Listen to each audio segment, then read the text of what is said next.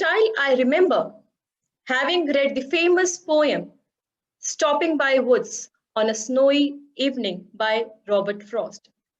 And the last para, which I'm sure many of you know and remember, but I shall reiterate it here again. The woods are lovely, dark and deep, but I have promises to keep, and miles to go before I sleep, and miles to go before I sleep.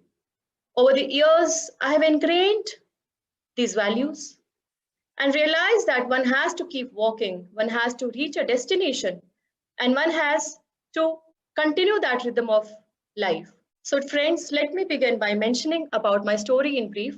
I would like to take you all to early 2000s. I come from a small town called Panipat in Haryana.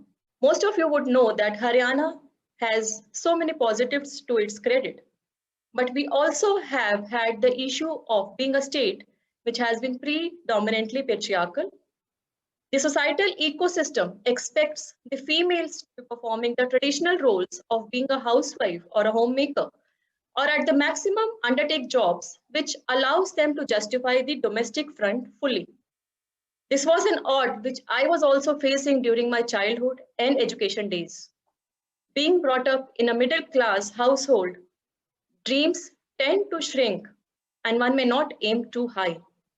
From career point of view, I had thought I would join private sector and follow the traditional path of my family. But here I would like to share how I decided to join civil services. I came across civil services during my third year of graduation in Shriram College of Commerce, Delhi University. I was already doing CS along with my BCom honors, but the feeling to do something for society and choose a platform by which I can contribute towards the welfare of the people and society was backing me from my subconscious. And it was my inner drive which actually pushed me to attempt for appearing civil services. The opportunity it gives to connect with the masses and society and to work for your nation, that opportunity, my friends, is unparalleled. When I discussed this idea with my parents, they had all those little apprehensions. The All India services are cadre based. They were worried about service, cadre, family life, etc. But then when we had a dialogue, they finally agreed. But my father suggested me to have a fallback career option. Therefore, I decided to do LLB from Delhi University after my CS was over. Then I started preparation for civil services also in the year 2004. And I also started my job as CS on a part-time basis in 2004 itself. So from 2004 to 2007, these three things were moving simultaneously in my life. Focus was on civil services preparation. I was also doing LLB, which was a regular course from Delhi University, and I was also doing my part-time job. Those were the days of struggle, various choices to be made, various sacrifices to be made, a kind of self-quarantined life wherein I was committed to my own self. I completed my LLB in 2007 and I got selected into civil services in my second attempt in 2008 with All India rank 13th. Friends, the support of my family has been the crucial reason, and it enabled me to challenge the prevailing societal ecosystem then and even now. I became the first one in my family to join civil services. And despite of me being CS LLB, I shifted from corporate sector to government to serve the nation and society.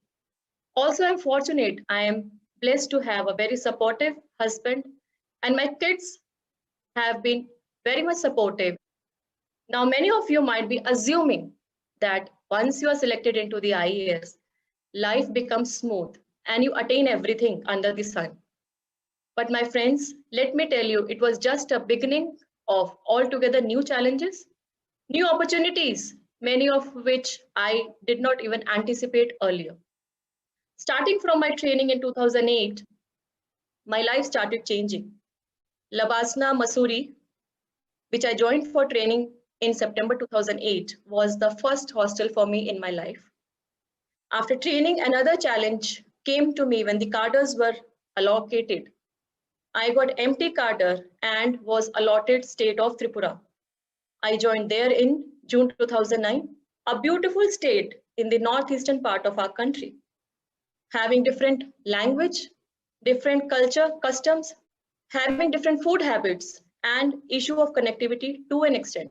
But I took it as an opportunity of learning new experiences. I learned Bengali language. I tried adapting to their culture, to their customs, to their food habits, and mingled with the people. All this helped me during my initial stint of more than 7 years from 2009 to 2016. If I look back, the day when I cleared civil services and the day which I face today in bureaucracy has been full of experiences, learnings, both in Tripura and Haryana.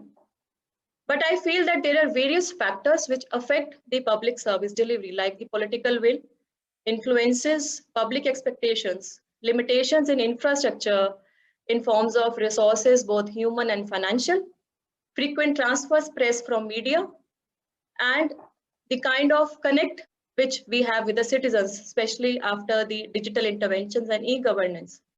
So there are a lot of dynamics and equations which ultimately affect our working and decision making. However, it is very important that rather than giving up, we stand upright and give our honest efforts with conviction and determination. Friends, I would like to share one example of my initial days of posting, how I tried to connect with the people. As my first posting in 2010, I was posted as SDM Ampasa in Dhalai district, Tripura, a predominantly tribal village. Maldapara was one of the remotest villages of the subdivision, and there were issues of connectivity. But through the regular intervention of administration, the active support of BSF and youth, we could mobilize the working of departments like school, Anganwadi center, primary health center, etc. And similar initiatives we continued when I was ADM and collector. So I tried to make people overcome the odds which they were facing in their daily lives. But I would also mention here that it indirectly helped me to develop my personality, to understand the issues with more maturity, and become an effective administrator. Challenges continued along with my professional growth. In 2016, I came to Haryana on inter-cadre deputation. It was professionally a new slate for me, but my work experience at Faridabad, Jhajjar, Gurugram has been quite varied and diverse. The odds actually compel you to learn and perform. Friends, many people do ask me whether I feel any prejudice or bias or challenges as a woman administrator, or is there any discrimination with respect to the role as male and female bureaucrat? Well, I would say from my last 12 to 13 years of experience in government, there is no such inherent bias against a woman administrator. But yes, we cannot deny that there are certain issues, which I would rather say occupational hazards, revolving more around women than men. I feel that still certain postings are considered more appropriately to be headed by male officers. There's always a doubt of the people in the ecosystem around you, in your work delivery capabilities, in your commitments, which compels the women officers to keep on proving themselves constantly. Many a times, for lady officers, their family and career progress is not in tandem and maybe rather non-harmonious with each other. But ultimately, it is the act of balance which matters. I firmly believe that efforts to bring in gender parity in society need to be taken by all. I've always tried to take such initiatives during my various postings at Tripura, Haryana, and even today. From my own example, I can share that I became the first lady CEO or the Commissioner of Agartala Municipal Council way back in 2012, the first lady District Magistrate and Collector of Gomti District, Tripura in 2014, first CEO of Faridabad Smart City Limited in 2016, and first lady CEO of GMCBL City Bus Gurugram in 2020, very recently. A very important reflection for all of us, so how have we been able to face an odd collectively, and how we overcame it is a response by all of us, the response by humanity to COVID-19.